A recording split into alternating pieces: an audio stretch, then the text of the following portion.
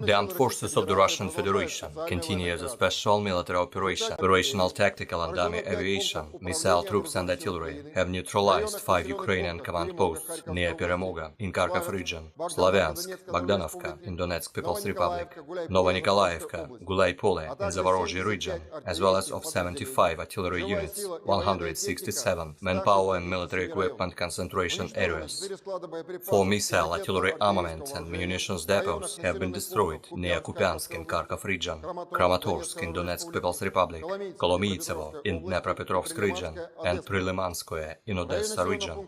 1 radar of Ukrainian S-300A defense system has been destroyed near Visoloye in Nikolaev region. Fighter aircraft of the Russian Aerospace Forces has shot down one Su-24 airplane of Ukrainian Air Force near Gusarovka in Kharkov region. Russian air defense facilities have shot down 5 unmanned aerial vehicles near Belogorovka, Gorlovka, Marvinka in Donetsk People's Republic, Pavlovka in Zaporozhye region, and Yevgenovka in Nikolaev region. 2 .U ballistic missiles have been intercepted near Kozachya Lopan in Kharkov region and Bolshie Kopany in Kherson region. Moreover, 7 projectiles launched by HIMARS and Olha multiple launch rocket systems have been destroyed in the air near Donetsk, Bryanka in Lugansk People's Republic, Novaya Kakhovka and Veselaya in Kherson region.